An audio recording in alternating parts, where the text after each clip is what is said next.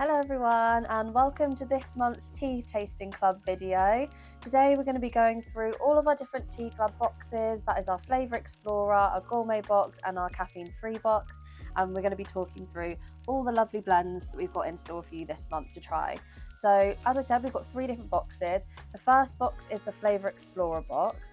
This is a box for people who like to try lots of different kinds of blends, really explore, delve into new things, lots of different tea types and lots of different weird and wonderful flavours. We've also got our gourmet box. Gourmet boxes are for those people who are real traditional tea drinkers. So you might like an Earl Grey, a Lapsang Souchong, a Great British Cuppa, that kind of thing. We also have a caffeine free box, which is for all those people that are trying to cut out caffeine right now, full of loads of delicious flavours, but mainly including herbal, robust and fruit teas. Okay, so we're going to start with our Flavour Explorer box. So in this box, we've got three delicious blends. We've got our classic gingerbread chai, which is a rooibos tea. It's got loads of lovely ingredients in there, like cardamom, cinnamon, ginger, mallow flowers. It's a real bird and blend classic, and it's got a great taste award as well. We've also got our lovely milk oolong chai. This is an oolong blend, and this one has got some Taiwanese oolong, ginger, cinnamon, cardamom and cocoa shells and chili, so it's got a nice little kick to it. But the star of the show today that we're going to be demoing with is going to be our hazelnut rosé tea, and this is one of our Christmas classics. It's got a Sri Lankan black tea for the base, it's got cocoa nibs, cocoa shells, fenugreek, and it's also got these lovely little sprinkles inside that give the tea a lovely glittery effect. So I'm going to show you how to make our hazelnut rosé into a mega latte.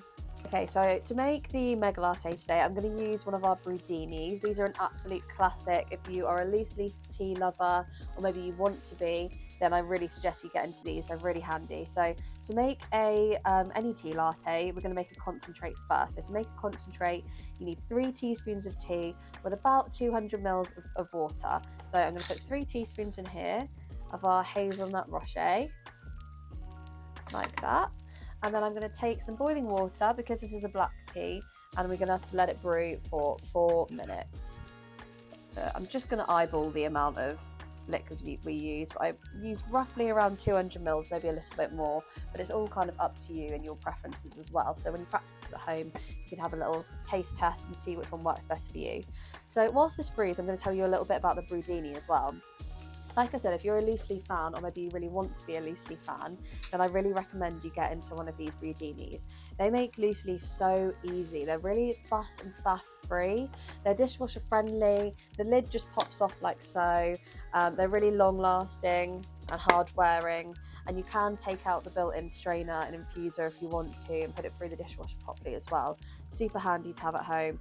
And the great thing about these brudinis is that they have they're quite big, they're quite spacious, and that means that the tea has a lot of room to move around. And the more room that tea has to move around means the more developed the flavours will become. So the more the tea leaves are able to unfurl, move around and develop in flavour. And it also just looks really beautiful as well, especially when you've got lovely delicious blends like these. Now we do have 2 sizes of the brudinis. This one is our extra large, but we also have a regular size available as well. So if you are a Flavour Explorer or any kind of tea club lover, and you need a little tool to go along to help you make your loose leaf at home, I really recommend getting your hands on one of these brudinis as well. Okay, so we've made our tea concentrate. You can make a tea concentrate out of any of our teas. You just got to remember that process. It's 2 to 3 teaspoons of tea and top out with about 200 mils of boiling water. So after you've done that, I'm just going to take a glass. This is a glass mug here, and I'm just going to pop the brudini on top, and as you can see, it's a gravity steeper, so it has a lovely valve in the bottom here that strains all of the tea through. It's non-drip as well, which is great, and it's a nice one to have on your desk, especially if you're a work from home kind of person. It's quite nice to have your little teapot on the side.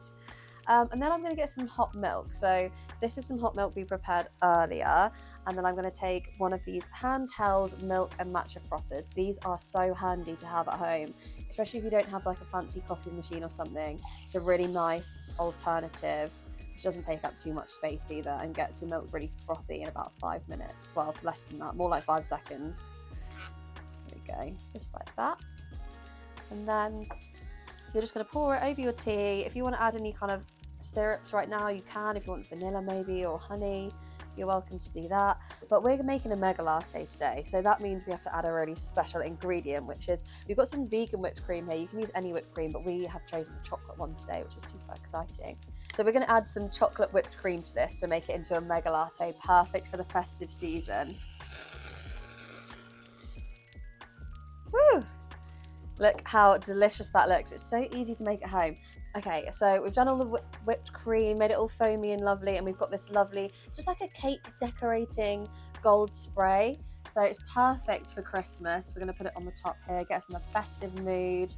And look at that, it's so beautiful. Should we try it? Okay, I'm excited. I've not had this tea in ages. I'm going to get it all over my face now, aren't I? Oh, it's so good. It's such a nostalgic flavour. If you've ever had a Ferrero Rocher, it's that kind of flavour to it. And also it's nut-free as well. I don't know if I mentioned that. It's newly nut-free. It did used to contain nuts, but now we wanted to make it nut-free so everyone could enjoy it. But it still has that really lovely nutty flavour, despite being nut-free. So definitely give this mega latte recipe a go if you've got the Flavour Explorer box. You can make lattes out of any of these teas actually. So get experimenting at home and see what you think. So next up we've got our gourmet box. The gourmet boxes are for your more traditional tea lovers, for those that love a Great British cuppa, a Builder's Breakfast brew, an Earl Grey, a lapsang, that kind of thing. And in this box for this month we have got our delicious hazelnut rocher that we demoed in the Flavour Explorer box as well. We've also got the milk oolong chai, and we've got the bonfire toffee. Now, I absolutely love these blends. They're really different, all of them, but the bonfire toffee is one that really stands out to me.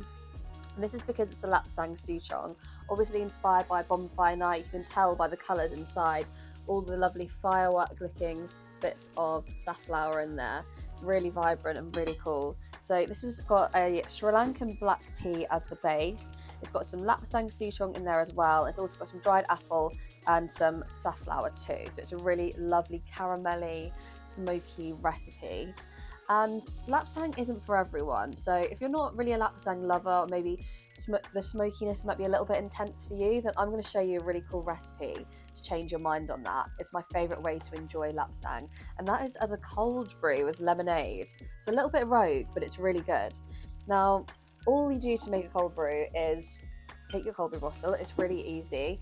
Inside your cold brew bottle there is a little strainer built in like so, that just clips in the lid, and that just stops any tea leaves from escaping into your drink.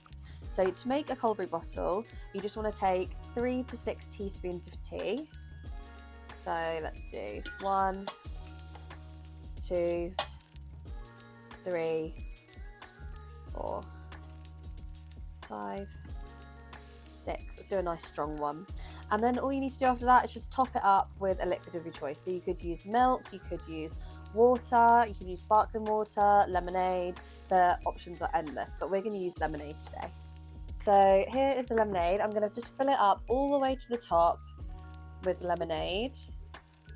And cold brewing is all about time rather than temperature. So you always want to use cold liquids when you're cold brewing, but you want to make it brew for a lot longer. So I like to have it in my daily routine. So as I'm making dinner in the evening, I'll make myself a cold brew bottle then, and then I'll pop it in the fridge overnight, and the next morning it's ready for me to enjoy. So it's usually 4+ hours we let it brew for. But if you're someone that wants to enjoy a cold brew in the evening instead, then just do it the opposite way around. When you're having your breakfast, you can then build your cold brew so it's ready for you when you get home from work. So that's all you have to do. It's simple as that. Pop the lid on, pop it in your fridge, and let that brew for 4+ hours or overnight in the fridge, and you're good to go. So the cool thing about lapsang souchong is that it's a really smoky flavour. That's why it's called bonfire toffee with this one.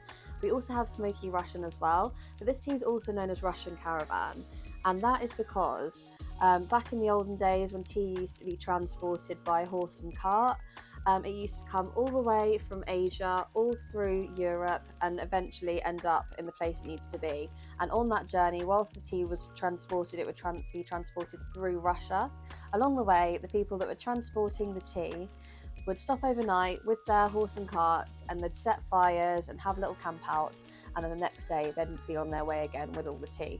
Now the thing about this is that tea is really porous, So what they didn't know was, whilst they were having these camp outs, all of the tea was absorbing all of the smokiness from the fires they were having. So by the time they got to Europe and they unboxed all the tea to sell, it had this really smoky flavour to it, which was actually a bit of a delicacy in the end.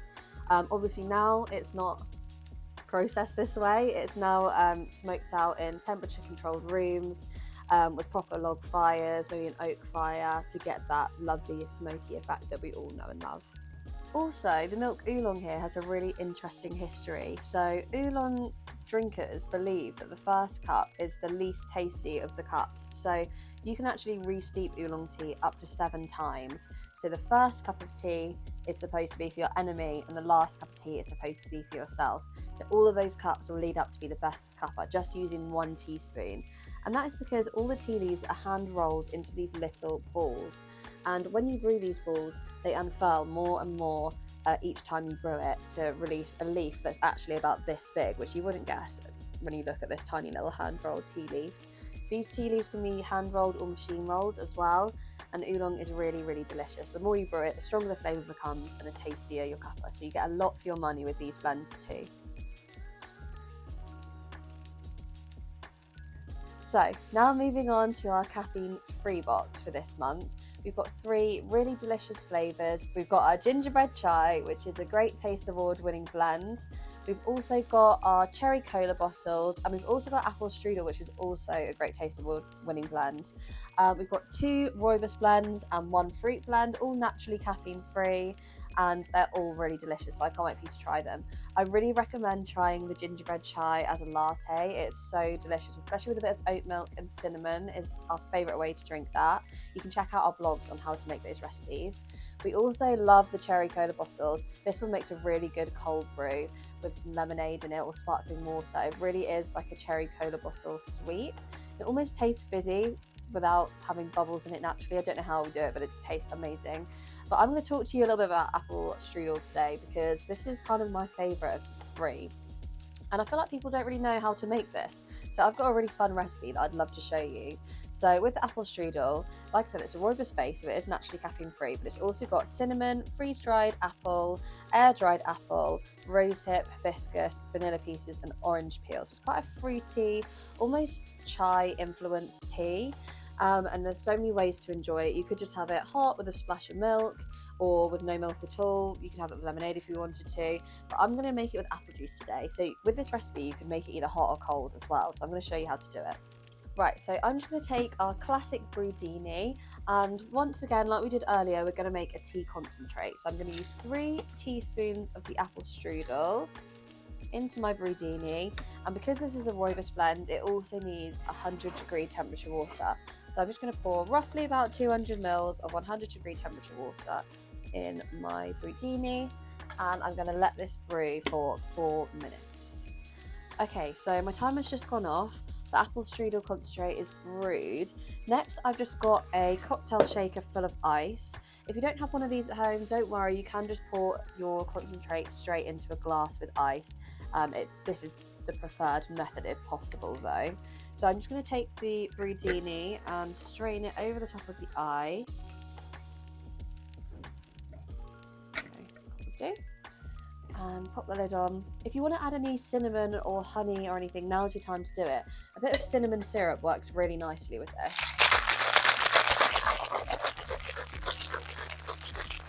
Just give it a good shake until it's nice and cold. Take the lid off and then get a lovely glass. Fill it to the top with the concentrate, but just leave a little bit of room for apple juice. Now, top that to the top. And this is the perfect kind of cold, refreshing Christmas drink. Now, I know you might be thinking, I don't want a cold drink because it's getting really cold now, it's November. It's fine, you can also make this hot as well. You just need to heat your apple juice on a pan on the stove and add that to your glass instead of using the cocktail shaker and ice. And then you've got kind of an apple strudel steamer instead. So it works both ways, it's really delicious, and you can make any of our teas hot or cold. So it's really versatile and lots of different ways to enjoy it. So thank you for joining me for November's Tea Tasting Club. I hope you've enjoyed tasting all through all of these lovely teas with me, and enjoy your rest of your November. Please make sure you follow us on social media if you want to keep up to date with all the lovely teas we are bringing out, and keep sipping with us, and join us next month for December's box, and I'll see you there.